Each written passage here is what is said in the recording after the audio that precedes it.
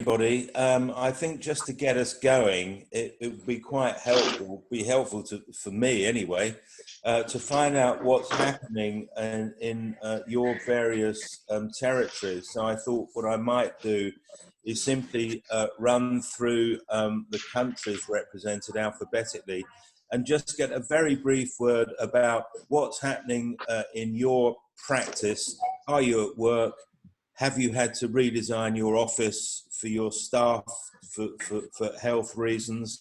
And have you got some work coming in? So and then I'm going to use first names. And excuse me if I mispronounce anybody's name.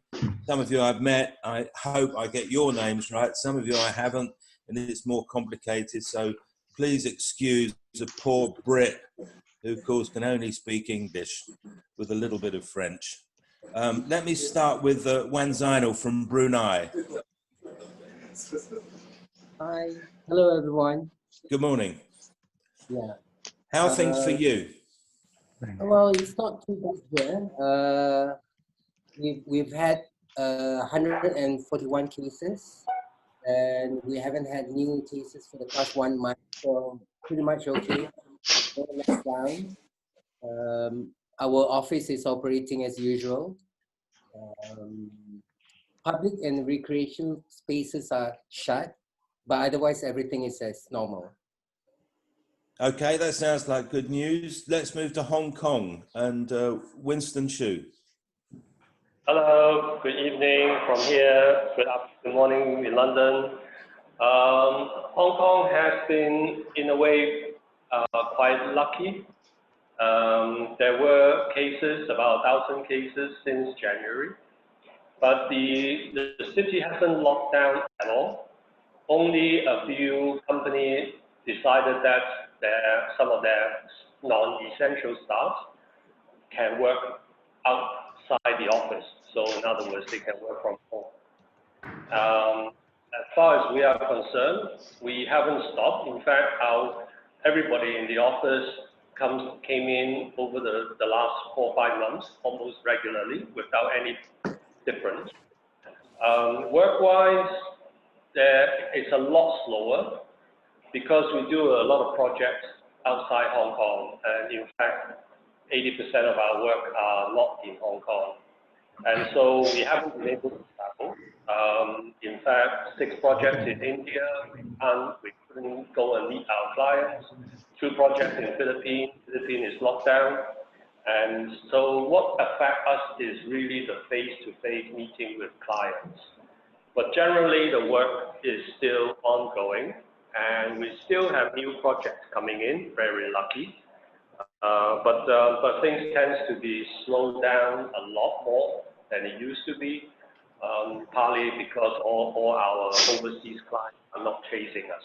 Okay, so, that's great. That sounds quite positive. I'm going to ask one representative from India to speak. Ankur, Choksi, tell us what's happening. Hi everyone.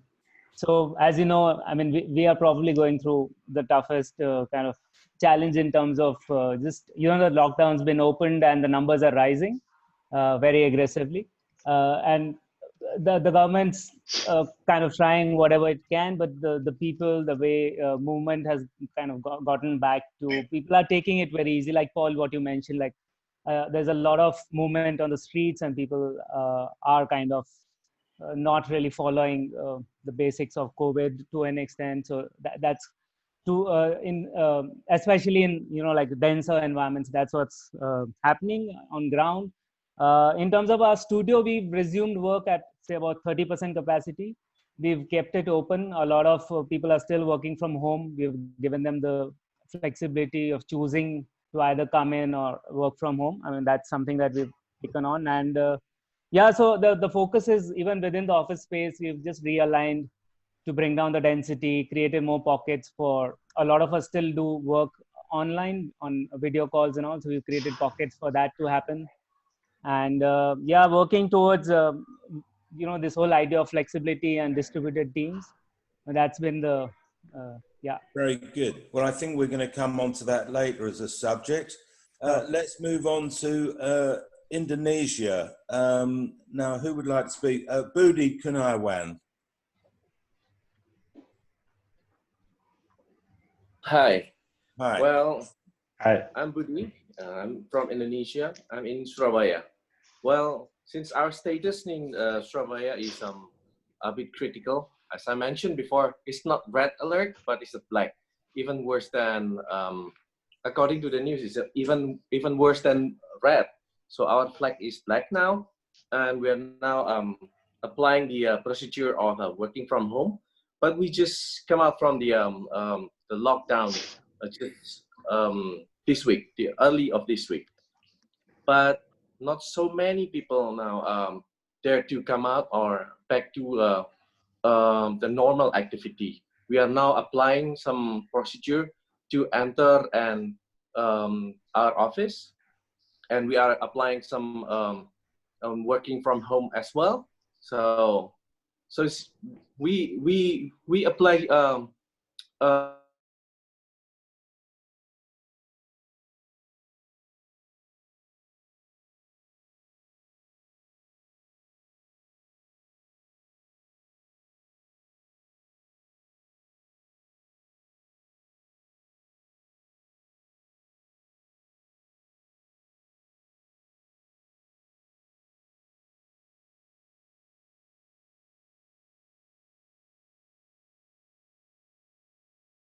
thinking about something new, something like that. Thank you very much.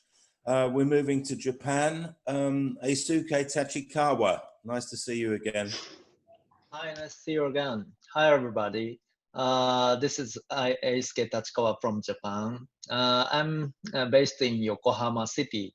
You may remember the ship, the Diamond Princess, was just across the road from my house. So actually, I've seen the ship every day on the time. But miraculously, I can say that Japan have recovered from quite worried situation. And now the street, now daily life is coming back.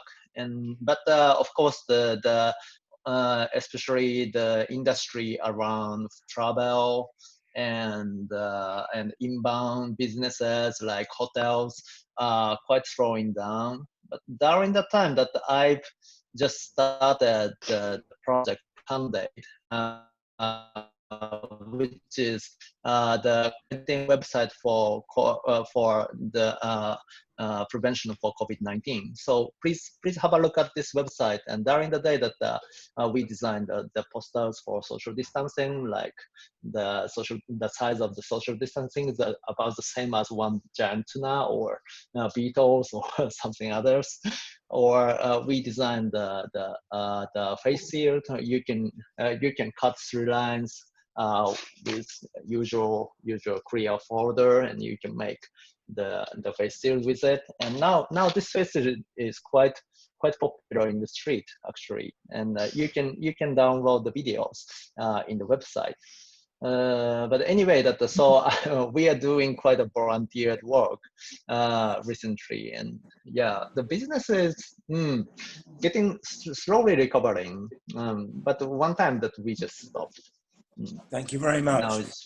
We saw a lovely bit of design by photographic and graphic agency who photographed their faces and then they printed them onto their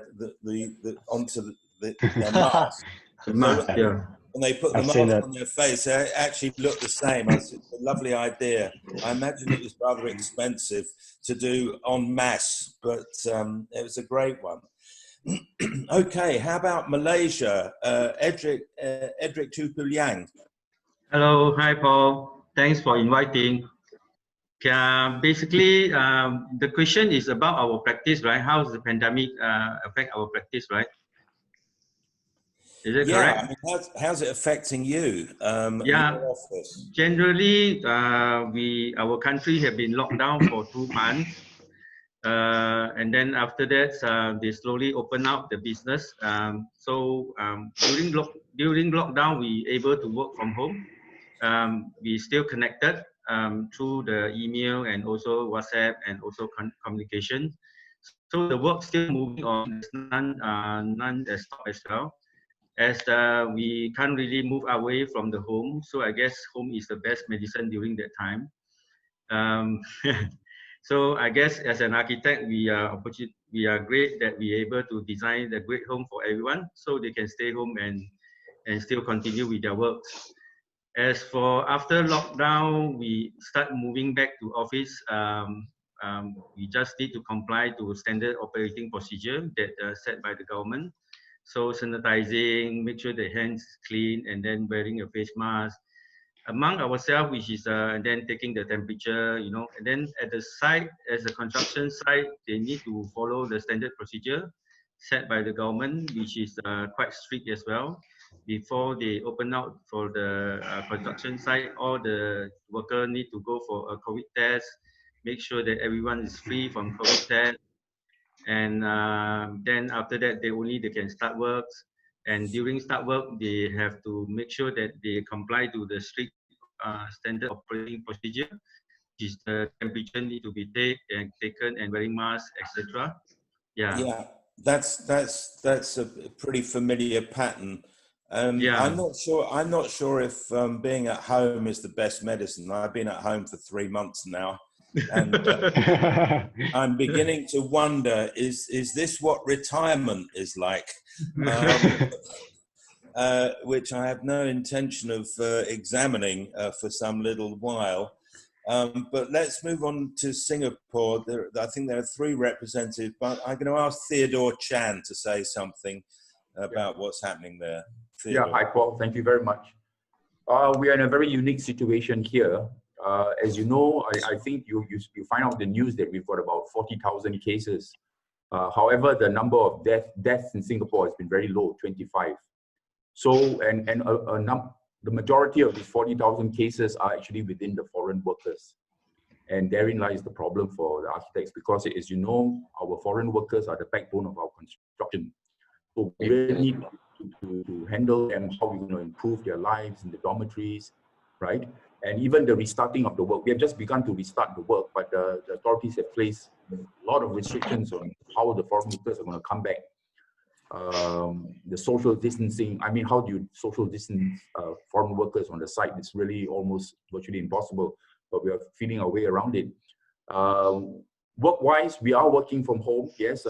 Thankfully, we are quite a quiet society here. We have all the internet and the servers and working from home, and so that's quite seamless. But what is more worrying is for the business of the architects is that the construction projects are going to be prolonged. They're going to drag. So as you know, when the project drags, your manpower costs will eat up into your profit fees. So down the line, I see a lot of lawyers getting involved in litigations and things like that, right?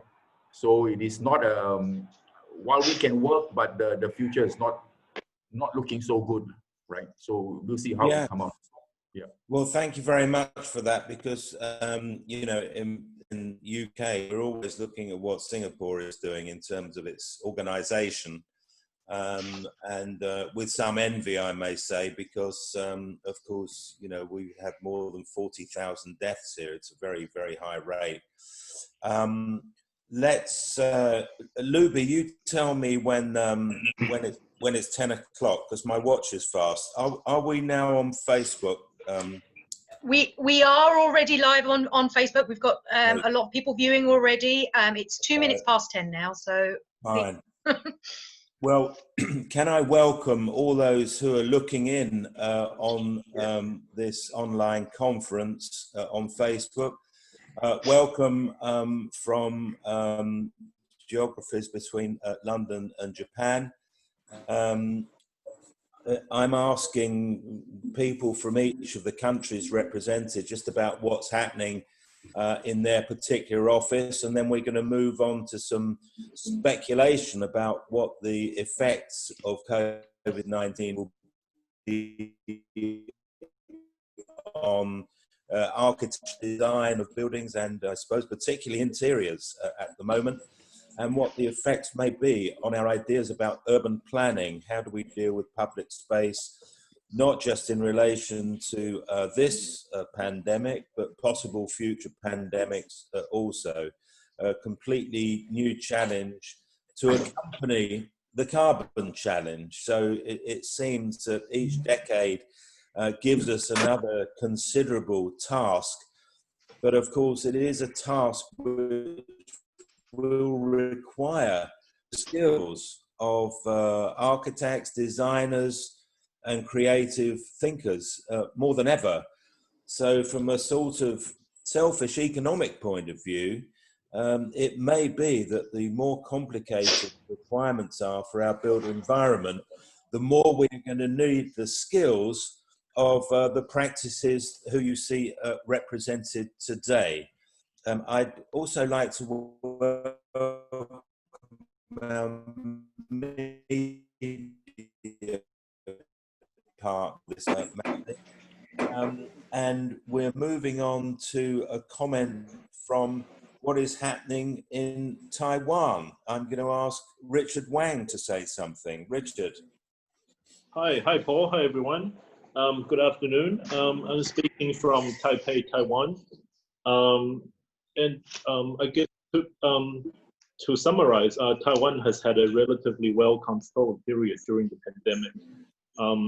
People started to wear face masks from day one, and so we really don't have a lot of people being affected. And what that means to the society is, apart from February and March, where at the initial peak of the outbreak, people were very scared. People really refrained from going out to restaurants and to any public spaces. But now in May and June, I would say that life has pretty much returned to normal. The restaurants are packed. A lot of the public spaces full of people, especially during weekends. And work-wise, because it has been well controlled, we never cease to stop work from the company. So we've been working all throughout since February. Although we introduced some protocol measures to increase the sanitization steps to clean our hands and clean the bottom of our feet and so on. And work-wise, on our Taiwan side, we've been pretty lucky. Our cases are ongoing. We were still able to have face-to-face contact with our clients. So work-wise, at the moment, it's okay. But in the long term, we don't know. We don't know what the long-term effects will be. But from our China side operation, it has been affected a bit more because none of our partners are able to fly over to China. So it has really slowed down the work. We were limited to Zoom meetings with the clients, but work has resumed in China since May.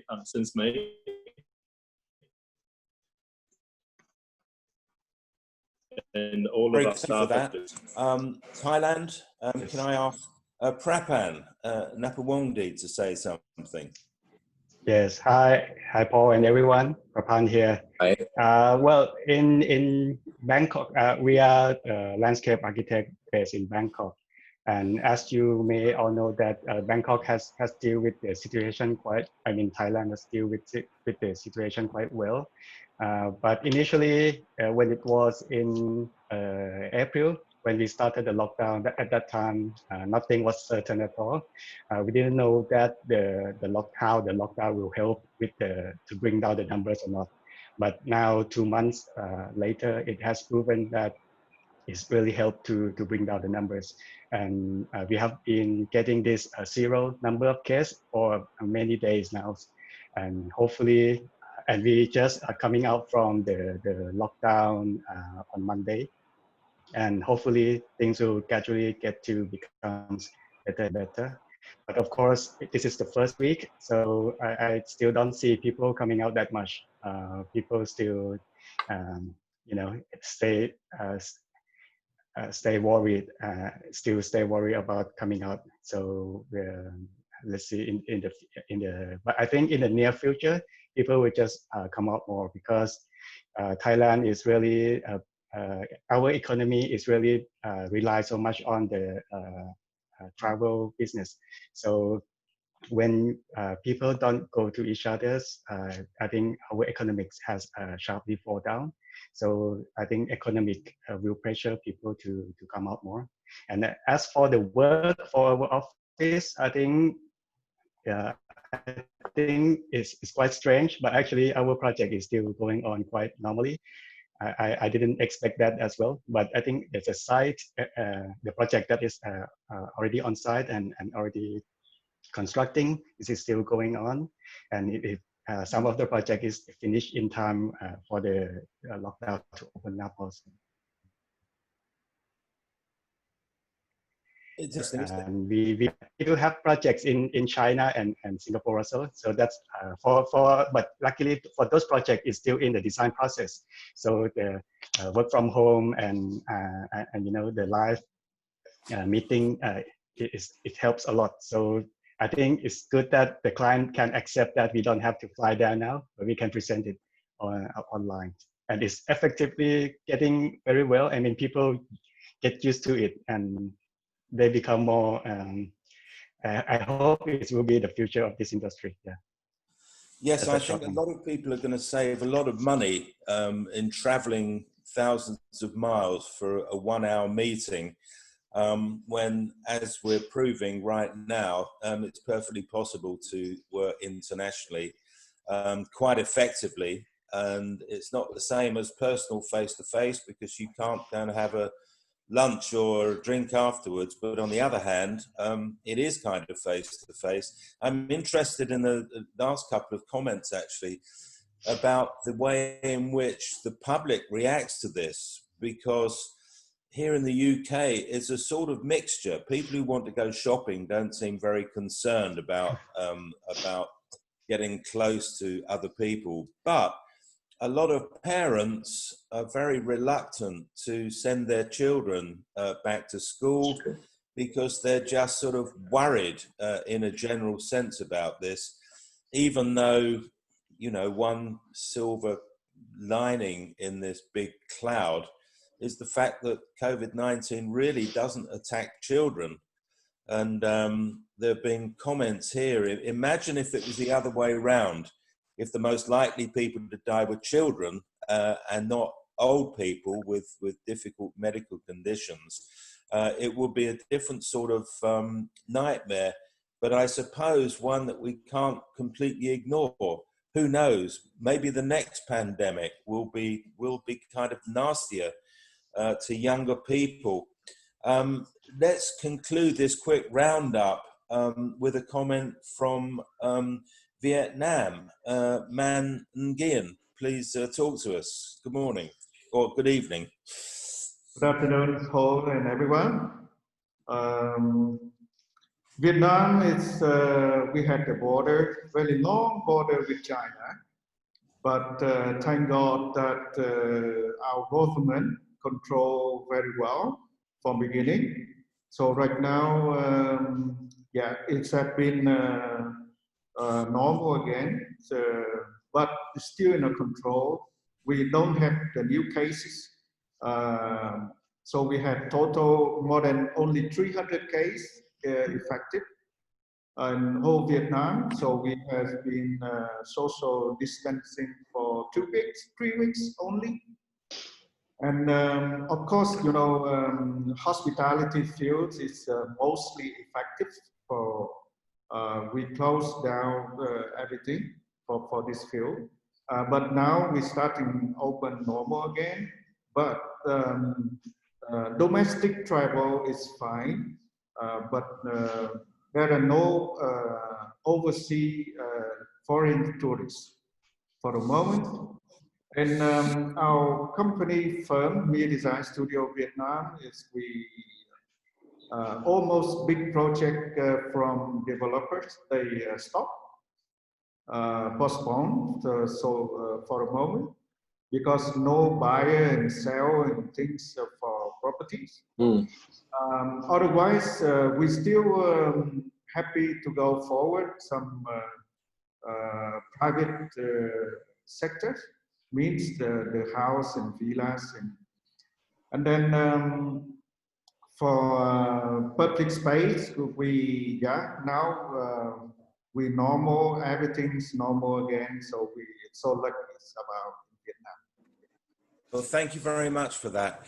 I'm going to move now, and I'm going to ask some people who haven't spoken yet to make a comment on really moving on to the future and what we think that architects and designers and city planners are going to have to do, not in the short term to take care of this illness and its consequences, but in the medium term. What are we going to have to start doing with our buildings and our environments that is different?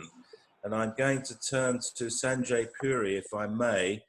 Sanjay did an analysis of Mumbai for us at World Architecture Festival some years ago.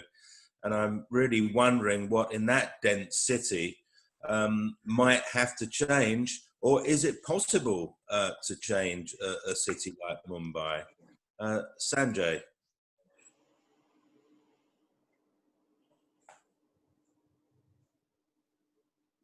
Right, I don't think we've got Sanjay. I'm going to move on in that case to Daliana and Florian, if I may, and ask you what you think may happen, not just in Indonesia, but just generally in the way that architects and designers are addressing both buildings and pieces of city.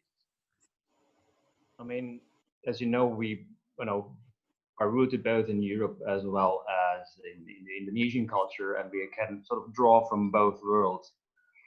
And what I find quite fascinating in the European case, and also during our education in the Netherlands, that there was a big, let's say in the 70s, 80s, the social welfare state was a big thing.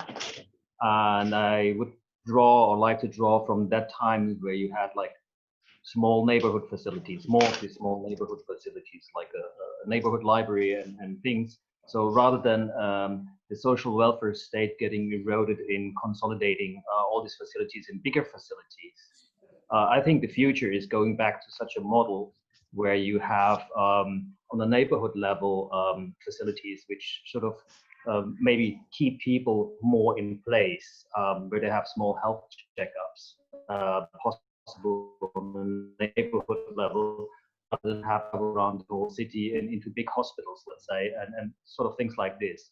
And I think, in case of Indonesia, this needs to be much more implemented, sort of. I mean, it's a spread out society, and a lot of people living in these high dense urban settlements in these kampung areas, but that definitely needs to get built up, that more facilities are there, because the migration patterns in Indonesia, like just traveling in Jakarta from your home place to work, is enormous, and the density is enormous. So making urban planning, making urban design, which gives people the opportunity to stay more in a locality rather than traveling around so much. So we're talking about micro centers in a way, distribution of services, decentralization, less commuting. Basically, people are feeling comfortable working from home right now. I mean, to be honest, we haven't been out for 3 months because we are really concerned about the health system in Indonesia. I mean, we know that we don't have so much recorded infection rate. It's about 40,000, but we have a young population with mild symptoms, which we don't know. We can imagine everyone could be a carrier. And since the death of our dear friend, head of National Institute of Architects of Indonesia, Johara, we feel it, personally, that a friend could have died from lack of, good health system, and we should still be very careful. And I'm sure people with similar experience might feel the same too. So less commuting, more decentralized spots for services. We think that's the future. And it means like we need to build up a certain infrastructure, because what we currently experience is, of course, that what you already described, that people get really sick of it in terms of like they get fed up with this coronavirus. They would like to break out. They would like to go back to their normal lives again. And I think at a certain moment that will happen. Also the public memory will fade away. If you look at the great tragedies of the 20th century, everybody remembers World War I, World War II, but till recently nobody was thinking about the Spanish flu. And all of a sudden we revisit the Spanish flu and what lessons we could have learned with the second wave and the third wave. this comes back to mind. So what we anticipate is like that people want to go back to more normal as fast as possible, and that will happen.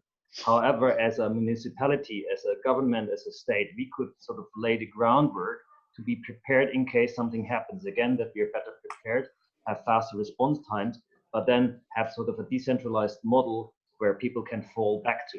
It doesn't have to be operational all the time, but sort of being better prepared. Yes, these are very interesting points because it raises the question of where power and responsibility lie. I think we've seen the re-emergence of the nation state as the great organizing principle. So it's noticeable that in the EU, for example, the EU really hasn't done very much, but each individual country, France, Germany, Spain, Italy, have had to deal with things themselves. And I suppose the question is, for the future, are things better managed if it's not nations, but regions and perhaps cities, and what the implications might be, the political implications of a devolution of control and a decentralization of control, and of course economic power. A big question in the UK at the moment, where we have we have 4 different nations under the United Kingdom, each of which has a slightly separate policy about lockdown and schools and so on. So we're seeing a kind of almost a decentralization going on. Can I ask Farid Ziani from Japan to make a comment? Farid.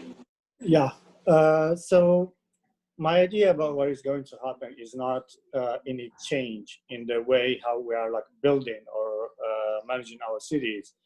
Instead, I think that what happened with the COVID-19, it's going to be like an acceleration of what is already going on. And this means that actually now with the COVID, people and corporates realize that actually work from home or work from distance can be done.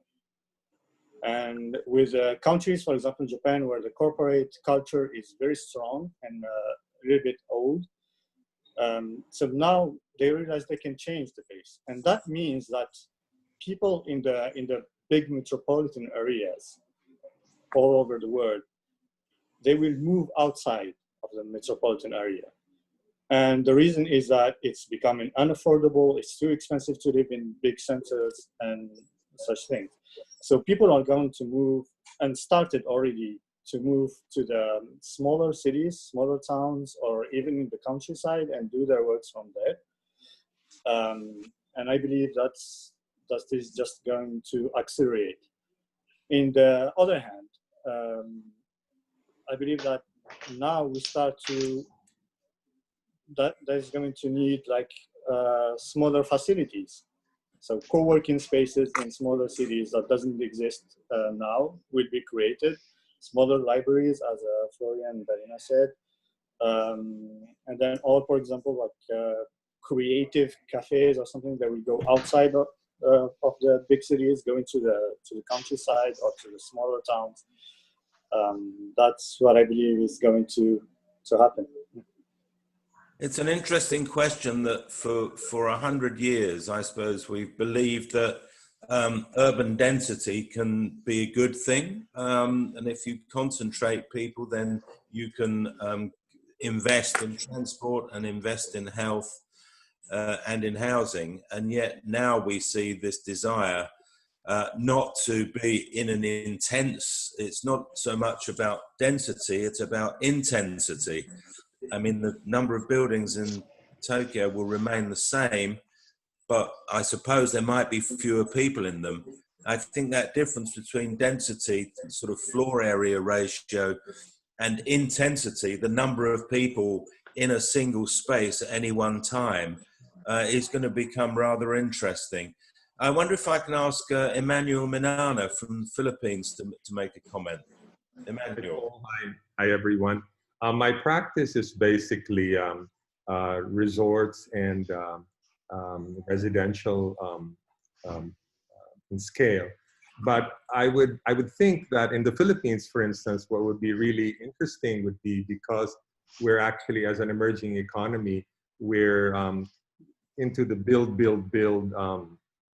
project now for the government. And I think it will allow us to prioritize mass transit, because we don't have any mass transit. We, every day we have people lining up the streets for the jeepneys, for the buses, and it's incredible. And therefore the traffic is amazingly inconvenient. People go to and fro work and sometimes, ride for 4 hours. So I think what it will bring the Philippines, for instance, is that we would then prioritize how we could decentralize, but at the same time, it will give us a fresh opportunity as an emerging economy to rethink what we're putting in Manila, which is the hotbed of COVID, and Cebu, which is a satellite city, and decide what we're going to do differently, and probably how to lure the population to further go out, like probably put more open spaces and make things a little bit more like a satellite, so that, how the big cities are. But I think you're right, Paul, reducing the intensity and providing a little bit more human scale to the environment, just to make it a little bit more sustainable and livable.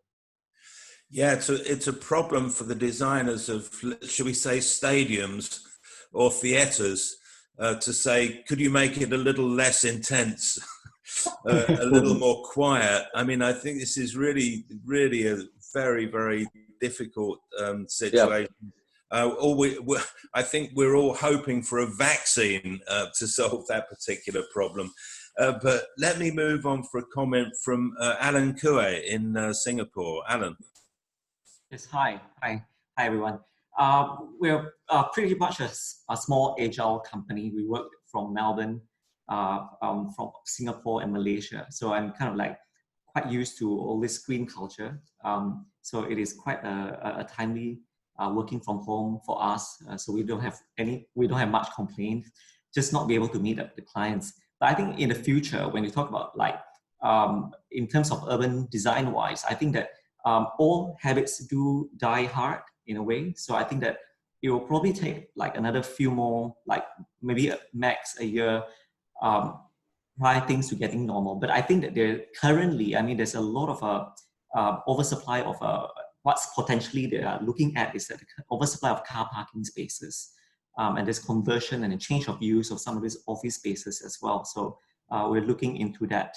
I think that like what Florian mentioned was that the micro city, and then how do you actually have all these healthier buildings, healthier space and ecosystem. That's very important.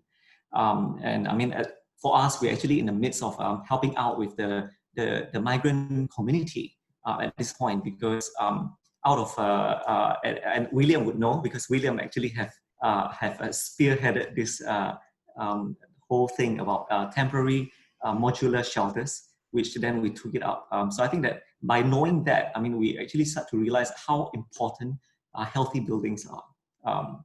So that's my take on the upcoming. Well, let me also ask from Singapore, Robert Brodeth, for a comment, because, you know, Singapore for 55 years has had intense high-rise housing as part of its DNA. Will that have to be rethought in any way, do you think, Robert? Well, in terms of the country as a whole, the planning of the URA is actually still intensification, so that we try to preserve and reserve, or actually create more green spaces for the country.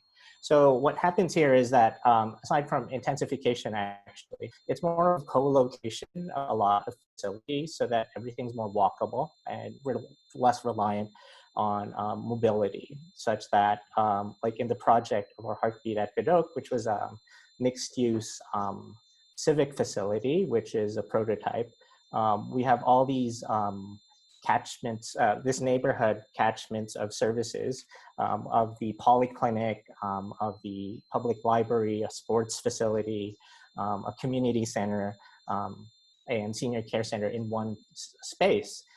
So that's how that facility was to serve in terms of a township, in terms of providing these amenities. Now, during the pandemic mode, much of the facilities, particularly the polyclinic, we had designed contingency programs or modes, having learned from SARS of 2004. So the polyclinic, actually I was in Delhi for business for a project where we were informed that they were activating the outbreak mode for the polyclinic, where some of the spaces were reconfigured because they were already trying to anticipate any infections in the neighborhood. That being said, this is just an auxiliary facility where there are 3 hospitals within that township in Singapore. But this type of facility could serve a certain function during modes such as these, whereas the sports halls could be temporary spaces for people recovering in isolation. So much of the architecture in Singapore is actually reviewed and pre-programmed. It's just a matter of activation. In terms of urban planning, the URA just recently, 2 days ago, announced that they are reviewing planning and policies in terms of planning the spaces. However, the reaction for the local market, particularly residential, we are, like currently my project right now was supposed to go out for tender before the lockdown or circuit breaker, as we call here.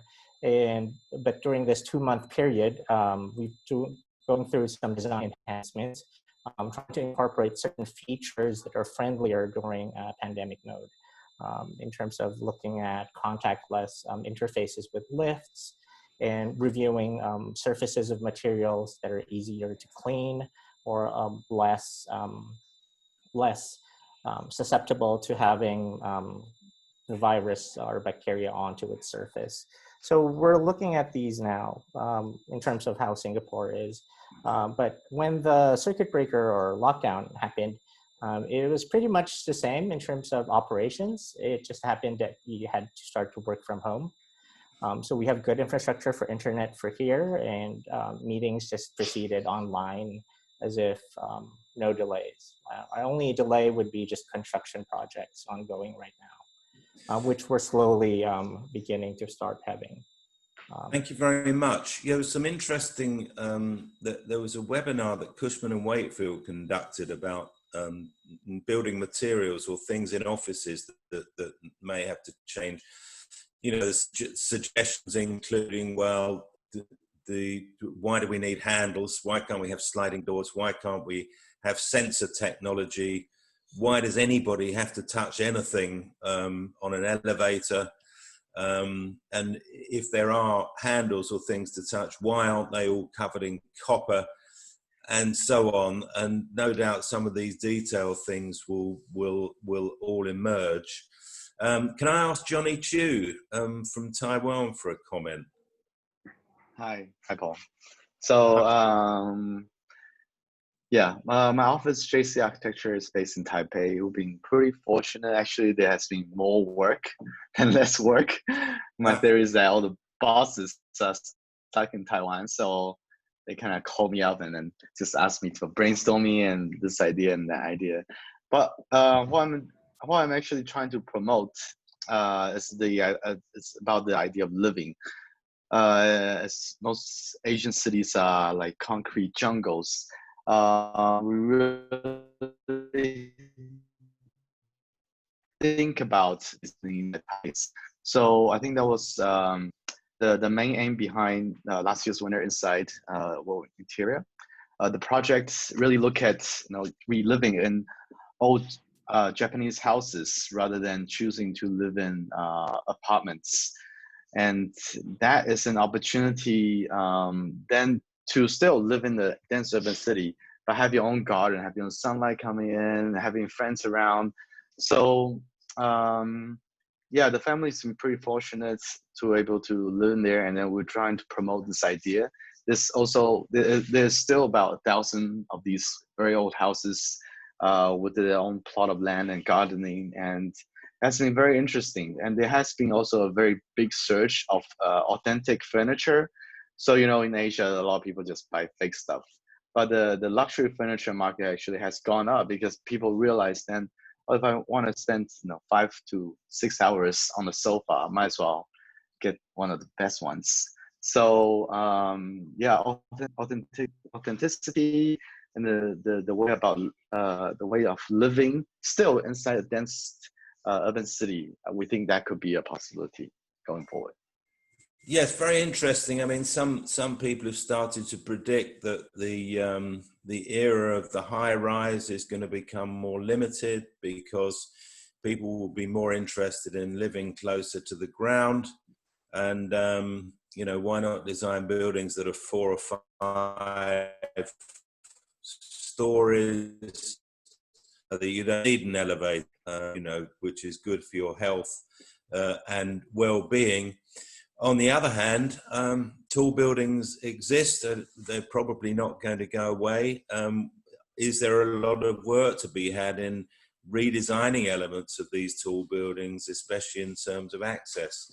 Let me turn to Puri Kurniawan from Thailand. Give us an observation. Sure. Welcome. Hi, everybody.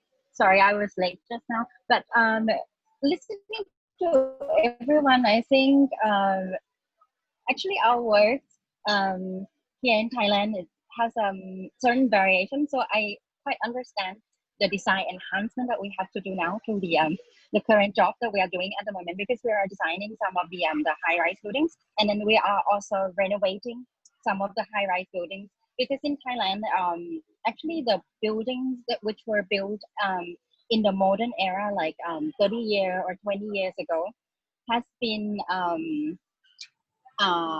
what can I say, has been neglected. I mean, it has like certain good potential about it, but then nobody seems to understand the full potential of the existing structure at the moment. So nowadays, if I think it's quite it's going through the phase similar to Singapore, where people just buy old properties and then trying to demolish everything which are the existing structure on the site without estimating or evaluating the value. But preserving the structure and preserving some old parts of the buildings and the structure, it actually is quite valuable in terms of the further and the construction material in our idea. And then I think what we see is what we have to proceed. I mean, Thailand is actually a developing country, so it's quite flexible for us to see where we're heading next.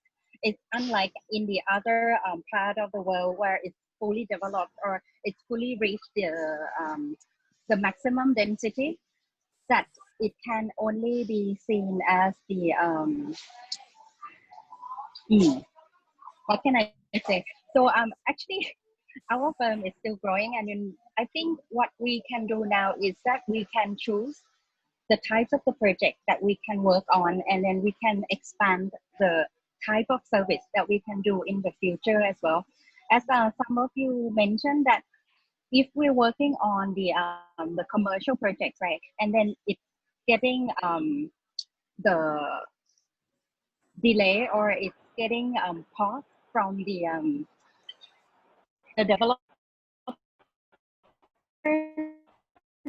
and then the consumers and I to expand our service. We can go into renovation, we can go into research to see what kind of programs can be inserted into the old structure or into our even existing design. And then right now, at the moment, we are looking into the project in the countryside. The project in the countryside, previously we don't see the potential of it because it actually has the, what can I say, the poor professional fee.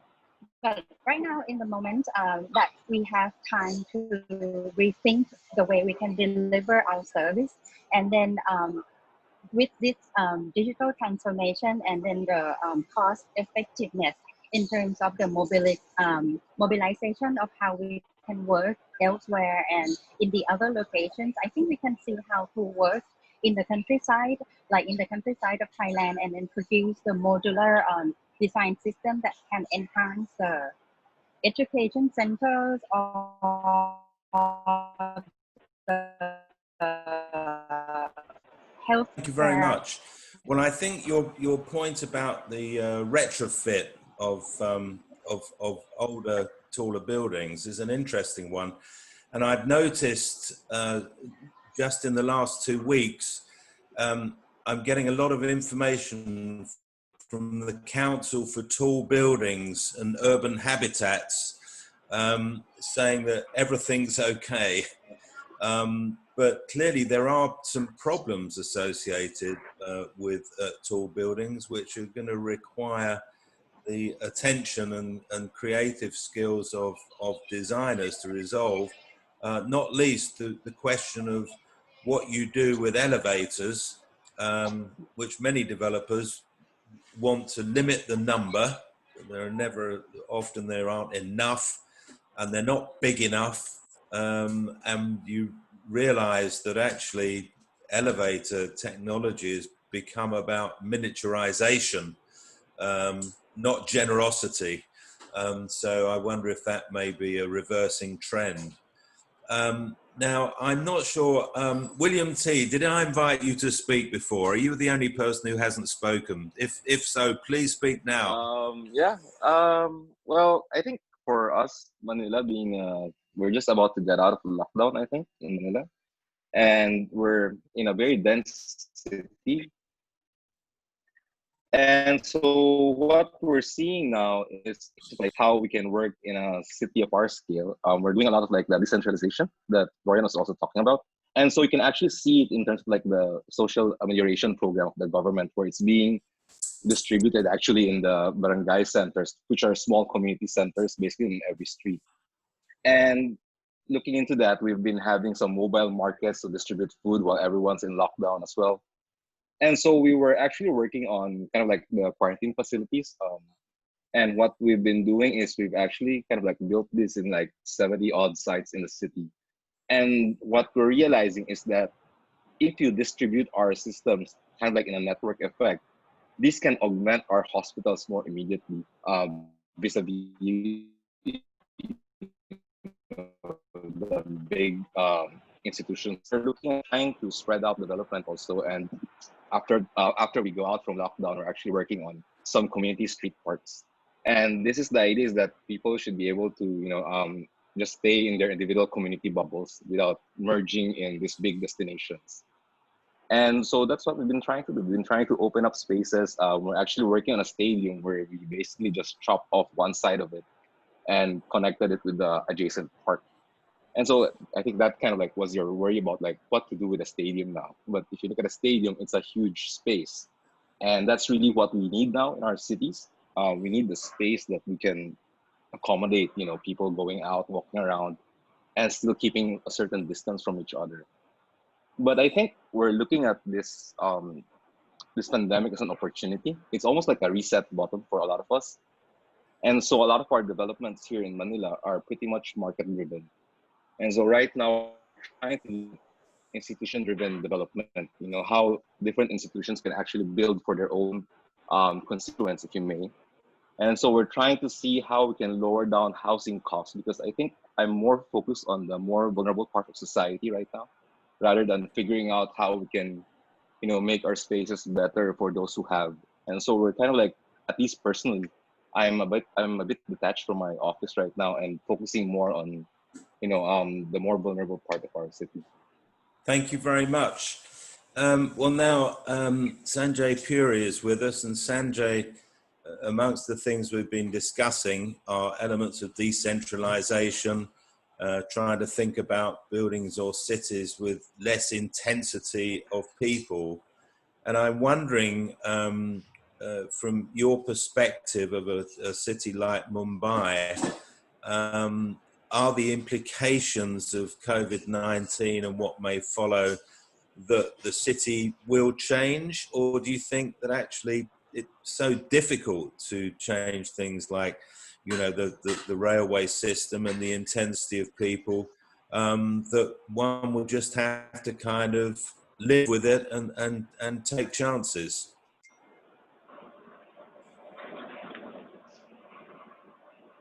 Hi.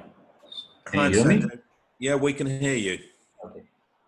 So yeah, I know, just like you said, Paul, Mumbai is a really difficult city to work with. And ideally, one should be able to decentralize everything and create mixed use everywhere, but that is not going to be possible unless there's a huge concerted effort by everybody involved in all the policy making decisions. So it's very unlikely for that to happen. And as of now, actually, Mumbai is one of the worst planned cities, if you look at it, because everything has grown organically. And there are concentrations of residential areas, there are concentrations of slum housing, there are concentrations of office buildings.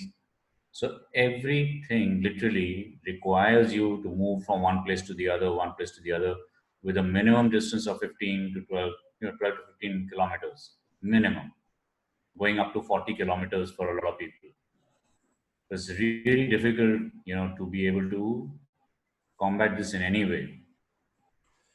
I wonder if this is the challenge for the 21st century in the way we think about cities, in the same way that addressing the industrial slums of the 19th century in Europe was one of the mainstreams or mainsprings of the whole of the modern movement in architecture, was addressing environmental and social and health problems by creating, space and light and sunshine, the whole Corbusian dream. Would anybody like to comment on that? I think you can use your hand signal mechanism, and I'll try to bring you in. But let me just get Sanjay's instant response to that. Is this a case for a kind of new health-oriented modernism? I think so. It is a case. And coming back to Mumbai, there is this, the largest slum in the world, Dharavi, everybody knows, is actually pretty centrally located. And if they were to replan that properly, it could act, it could actually solve a lot of problems. Solve the problem of density, create low-cost housing for the entire city, which is it's in dire need of it in large numbers. I don't know if every other city had this migrant worker problem, because we faced it huge.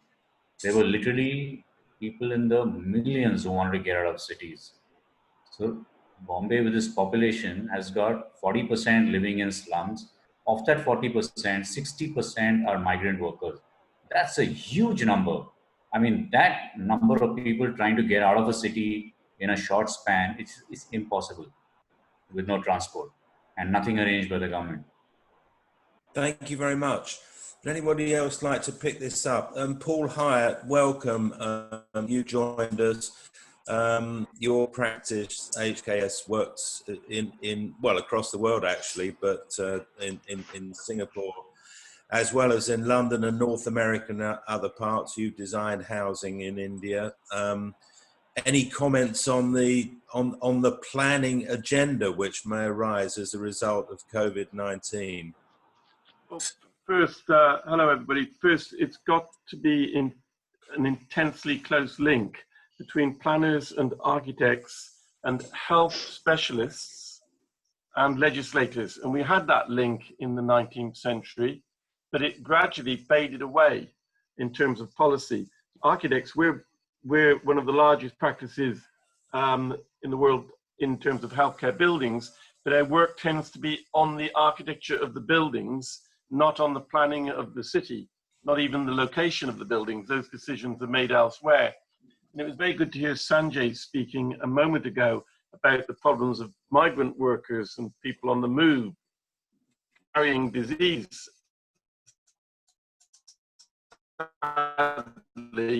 because they don't have access to healthcare support in the same and easy way that, for example, we have in London, where the authorities are taking control of people's lives, and we're going to be limited in our freedom to move, but we've all got a major health care facility service to assist us. And for migrant workers, without that kind of support, the situation is desperate for them. It's also desperate for those around them who may be infected. And it takes me back to thinking of Paul Finch's example of the 19th century, cholera. You may think that as a wealthy person in London, it didn't matter to you and other people could look after themselves. But of course it did matter, because it spread from the poor slums in London into the wealthier areas. So drainage was an essential thing, and it wasn't a question of whether people wanted it or not, or could afford it or not.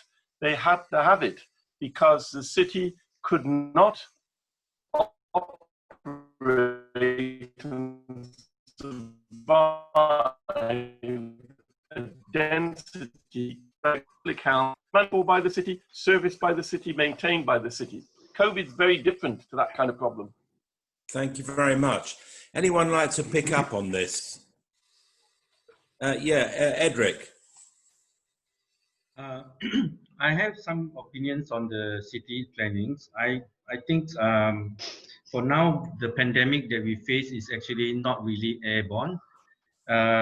It's actually quite fortunate for us.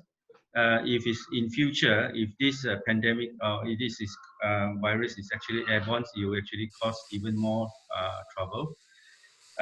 My take is actually, if during this pandemic, we can see that the segregations, the planning of self-sustaining city is very important.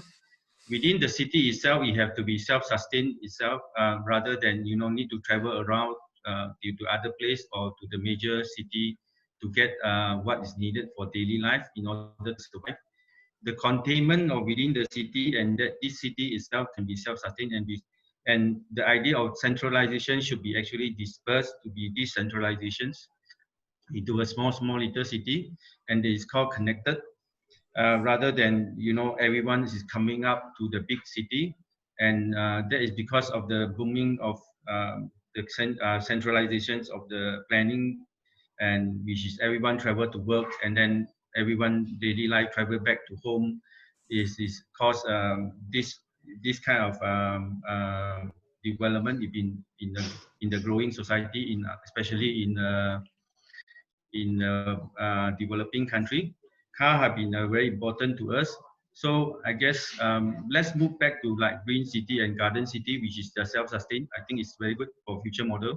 It can be helped to so-called disperse if there is any issue in each city, rather than everything is to be concentrated. Thank you very much. Anybody else like to pick this up? Yeah, Florian. Florian, and then Eisuke. Florian. Yeah, I would like to sort of compare a little bit the situations, what was mentioned earlier with, for instance, by Paul with the sewage system. So, I mean, basically, I mean, we have two sort of situations in the world right now. We have like developed countries, like the UK and what happens in Europe or in Singapore, for that sake, where everything is already in place, right? So which is more of a situation of getting the things more optimized, more streamlined for the next time. But in situations like what we have here in Indonesia, or like Sanjay in India, or William in the Philippines, we're facing entirely different problems, right? So how do we solve, or how do we react to such a crisis where, for instance, in Indonesia, you have to foremost make sure that, that the economy is not totally collapsing, that you have riots and total social unrest at hand, right? So, we are dealing formally with the economic relation population to keep them fed, right? And then secondly, the considerations, how not to spread the virus in the same way. So the balancing is a very, very tricky, fickle thing here, because we don't have that much of a knowledge society that we have the luxury that people stay at home and work from home and everybody has a computer. People really need to go out and need to migrate and need to sell things on the street in order to make their living. So for us, these questions here, how to solve this crisis, is a little bit structured differently than in developed country. Thank you very much. Eisuke, and then Emmanuel. For thinking of thinking the changing of the space, I feel this is not a kind of new situation, but it's a kind of recovery from recovery to the origin of design and space design and city planning. For example, that to come to think about. For example, for building the Central Park, it's much influenced by the pandemic of tuberculosis. And also, to think about the modernism, you know that the date when the Bauhaus was established was 1919, I believe, and that is the year just next year from the Spanish flu.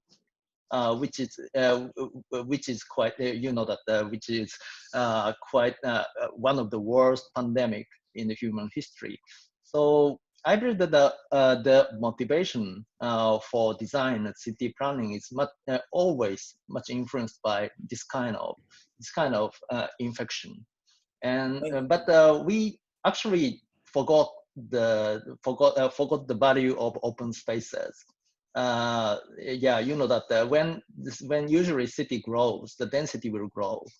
But yeah, people are rethinking about the importance of such distances again and again when we face this kind of infection.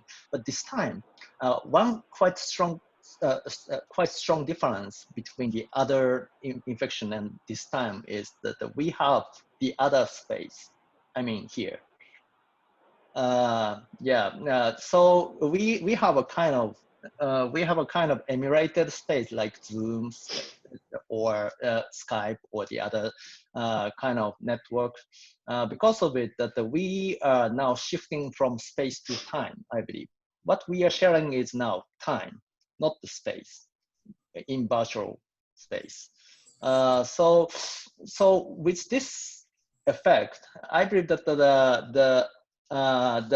for example, the definition of the space for privacy or definition of space of space in the house, or diversity of the usage of the space, it can be quite different. Thank you very much. It's a very, very important point, this. I mean, space, time, and architecture is a sort of trinity which has been discussed for a century. But of course, it was invented before the internet. Emmanuel and then Paul Hyatt. Yes, particularly my concern is that particularly in this age of energy and technology, it's almost counterintuitive that human culture would be induced into this environment that was totally virtual when there's actually that human energy and spirit that needs to be celebrated. For the past 40 years, you think about it, that LEED and all the sustainability for the planet, heal the planet for global warming and everything. And then suddenly this virus comes and it really makes us think about the vulnerability of our race. And it's really like crossing the Rubicon when we say, we can no longer deny or can no longer fool ourselves. Let's fill ourselves with technology and technology will fill us up, when in fact it won't. I mean, it's going to aggregate to 5G and to bigger things. And yet, where is our bio-spiritual ecology of the human being? I think the way I'm looking at it is there has to be now a concerted union, a holistic view about human ecology and our natural ecology, our environment. We have always been looking about, global warming and the environment and all that. And I think this is the time when we have to focus on the bio-spiritual ecology of human beings. And what would that be? I mean, from a philosophical or existential point of view, you could start from there, but then as you narrow it down to more humane aspects, as you say, connectivity, open spaces, places for healing. And interestingly enough, in the Bauhaus movement, people didn't even, they just had the notion that going out to nature would heal them. And then they had all these balconies created, even if it was in temperate countries, like, you know, not very practical. And then people forgot the reasons for why those balconies were actually created and what happened. Modernism took over and it became almost an aesthetic applique, or almost a treatment for the gestures of modernism. I think now we need to focus more on the real essence of what it is to build a more humane architecture. I think that is really the drumbeat for evolving our architecture forward, that we need to bring the human ecology fiercely with the natural environment. Thank you very much. Paul Hyatt. This is a fascinating shift in this conversation. We have 1,500 people in 30 offices around the world, and they are saying generally that communication is better now than it was before, because they're all having to remotely work from home and they have better access to each other and to their leadership. And this is quite extraordinary. They're saying, when we went to the office and sat in the office all day, we never speak. But now we have weekly and daily conferences, sub-conferences, mini-conferences. So the virtual world is here with us. And I would pose a question for everybody. Can we imagine what this crisis for COVID would have been like if we hadn't had virtual communication? We would have been absolutely, totally isolated. And yet the experience of virtual communication is that the new norm, which is going to be temporary, is an experience of better communication. This takes me to a name that we all know, Cedric Price, who spoke of time, interval and distance being distorted in the modern world. And I just think the distortion of time is interesting. I have a sense of pleasure in this conversation because it's immediate, that we're dislocated in place. We're all around the world, but the conversation is immediate. In sport, you can watch sport remotely, and you can watch it either live or you can record it. You can swim before the end or the end before the start of a match. We're able to manage time in an extraordinary way. And I think this interrelationship, particularly in issues like sport, of the building and the technology, is becoming extremely challenging. William T. talked earlier about stadiums, and if people go to stadiums because they want the intensity of the experience of being with others. I was there the day that goal was scored. Real time, real place, live. But they also want the technology of the big screen so that they can watch the replay of that event. So the building and the technology become interwoven. Density, I'll leave just as a hanging point.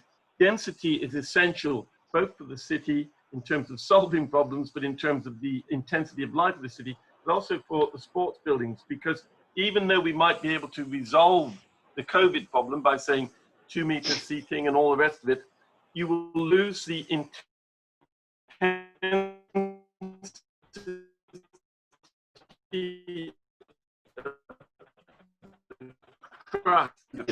great because of the closeness and the proximity of people. It's not a question of comfort and distance. It's a question of basically, you know, crowds intensely, emotionally, physically connected. Thank you very much. Well, we've actually pretty much run out of time. And as is inevitable on these occasions, you think, oh, well, we should have started with the last 10 minutes as the first 10 minutes. But in the way of things, I think you have to build up to these things. Perhaps we should do this again in a couple of months' time and see where we've got to, because a range of the comments have been extremely interesting. Firstly, just to get a picture, actually, of how varied things are from country to country across Asia, a bit more varied than I'd thought. I thought there was a kind of more uniform, everything getting better the further west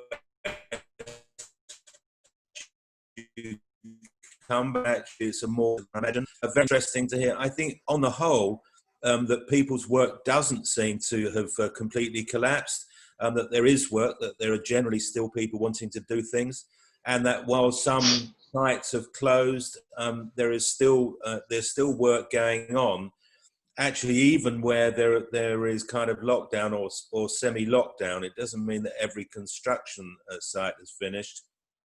And then towards the end, I think this really fascinating question about the relationship between health and architecture, you know, as mentioned, a mainspring of the modern movement. And I think these points are very well made about how that link can so easily be forgotten. It's usually after the generation that experienced it, you know, 2 generations on, it's somebody else's memory. It's not real anymore. And I think it was a very well made point about balconies, essentially about access to air and outside space, and the need for that has never gone away. And I noticed that, you know, the first time I saw, it's quite a long time ago now, a kind of realization that the space in and around buildings was just as important as the buildings, actually was when Singapore started introducing its policy of replacing ground space occupied by a building and having to provide that space in the building itself with terraces and roof terraces. I think it's now quite common for buildings to have more than 100% of their ground space recreated in the air. Those ideas will surely spread as we find the need for, essentially, for people to be able to escape from a very limited, confined interior to outside spaces, whether it's part of their apartment, whether it's the space around a building, or whether it's the modernists admired. And everybody complained about Le Corbusier's plan voisin, you know, this hideous idea of these isolated replica buildings. But look at the space around them. Wasn't it wonderful? And isn't what we've done in many cities is to take a Corbusian idea, but take out the green space and just have the buildings and just have the densities. And then this final point, very well made by Eisuke Tachikawa, is that this replacement, or let's say this paralleling of space with time in a very immediate way, kind of brings us up to date. And that notion of the other interior that we all experience, we're now experiencing it technologically, but of course it always existed in the sense that that is our own minds and what it is we're thinking. You might remember the cynical definition of words is to disguise what we're really thinking. And words can only ever be part of the story, especially in a visual culture. The visual is equally part of that story. But these methods of communication, massively enhanced, change the context in which all design works. As a final point on that, the other thing I think is happening is the focus on volume rather than area. So in a world where we want cleaner and fresher air, both inside and outside, as far as buildings are concerned, the sequence of space is important. The floor to ceiling height is important. The cross ventilation or the ventilation systems become more important. It's almost as though we're just trying to recreate our relationship in the world and with nature. And I thank you all very much for taking this morning's or this afternoon's or this evening's event I've learned a lot. I've greatly enjoyed it. And I should say that as far as World Architecture Festival is concerned, we were lucky, if that's the right word, to have our dates for our festival this year in December and not in June. And our intention, if we possibly can, is to conduct our event in Lisbon at the start of December and do it in the usual way, except that, as we've been doing this morning, we're going to make it far easier for remote participation in the events, and we're working on a number of initiatives which would make it possible for people who can't attend, which is by definition for any event, you know, only 99.99% of people who could be there aren't there. But we're going to make it very much easier for people to attend digitally and remotely using the sort of technology that we've been using this morning. So thank you very much for your attendance and your contributions. And I look forward to seeing you again, either online or in person. Thank you very much indeed, and goodbye. Thank you, Paul. Thank you. Bye-bye. Bye. Stay safe. Thank you. Bye. Bye, Thank everyone. you.